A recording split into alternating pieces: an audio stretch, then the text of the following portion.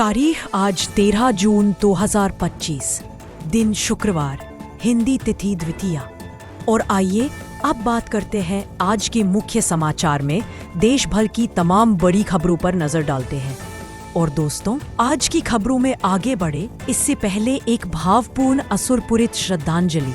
बीते दिन जो हमारे देश ने एक बड़ा ही दर्दनाक भीषण विमान हादसा जो हुआ गुजरात के अहमदाबाद में, इसमें 240 से ज्यादा लोगों की जान गई। तो ईश्वर उन सभी की आत्मा को शांति दे और उनके परिवार वालों को इस दुखद घड़ी में हिम्मत दे, हौसला दे। ओम शांति। चलिए दोस्तों, आगे बढ़ते हैं अब अपने खबरों में। सबसे पहले इसी विमान हादसे से जुड़ी कुछ बड़ी खबरें देख लेते हैं। देखिए, आज प्रधानमंत्री नरेंद्र मोदी भी सुबह सुबह अहमदाबाद जाएंगे, घटना स्थल का दौरा करेंगे। एयर इंडिया का बोइंग 787 विमान अहमदाबाद में दुर्घटनाग्रस्त। गुजरात के अहमदाबाद से लंदन के गैटविक जा रहा एयर इंडिया का बोइंग 787 ड्रीमलाइनर विमान टेक ऑफ के तुरंत बाद दुर्घटनाग्रस्त हो गया। विमान में 242 लोग सवार थे, जिनमें से एक यात्री की जान बची है। 265 शव मिले, 41 घायल अस्पताल में भर्ती। अहमदाबाद के पुलिस कमिश्नर ने पुष्टि की है कि विमान हादसे में अब तक 265 शव मिले हैं और 41 लोग घायल हैं, जिन्हें अस्पताल में भर्ती कराया गया है।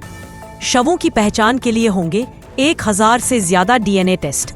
गृह मंत्री अमित शाह ने कहा कि शवों की पहचान के लिए 1000 से ज्यादा डीएनए टेस्ट किए जाएंगे।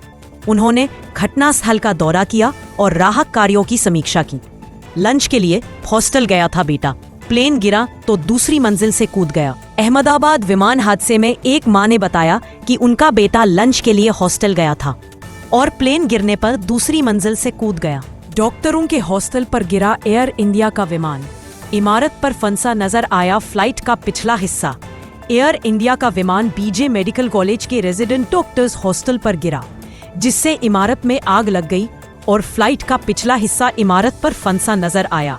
अहमदाबाद में एयर इंडिया का विमान क्रैश, रेस्क्यू ऑपरेशन जारी। देखे हादसे की भयावह तस्वीरें।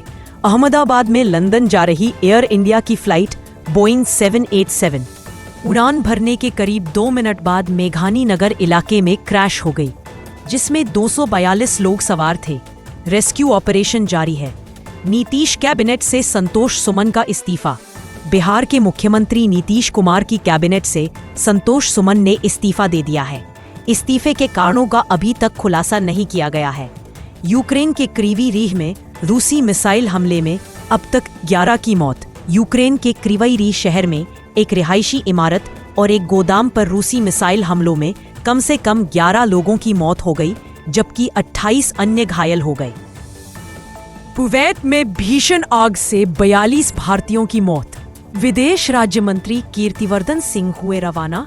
कुवैत की एक बिल्डिंग में भीषण आग से 42 भारतीयों की मौत हो गई। विदेश राज्य मंत्री कीर्तिवर्धन सिंह कुवैत के लिए रवाना हो गए हैं। T20 वर्ल्ड कप में भारत ने अमेरिका को 7 विकेट से हराया। T20 वर्ल्ड कप के ग्रुप स्टेज में भारत ने अमेरिका को 7 विकेट से हराकर सुपर 8 में प्रवेश किया। अर्शदीप सिंह ने 4 ओवर में 9 रन देकर 4 विकेट झटके। 18वीं लोकसभा का पहला सत्र 24 जून से शुरू होगा। प्रधानमंत्री नरेंद्र मोदी के नेतृत्व में नई सरकार के गठन के बाद 18वीं लोकसभा का पहला सत्र 24 जून से शुरू होगा। यह सत्र 3 जुलाई तक चलेगा। रिटेल महंगाई 12 महीनों में सबसे कम, मई में 4.70% रही दर। भारत में खुदरा महंगाई दर मई महीने में 4.70% रही, जो पिछले 12 महीनों में सबसे कम है। अप्रैल में यह दर 4.18% और मार्च में 4.18% थी। दिल्ली के बीजेपी ऑफिस में होली मिलन। सीएम रेखा गुप्ता सहित कार्यकर्ताओं ने खेली होली।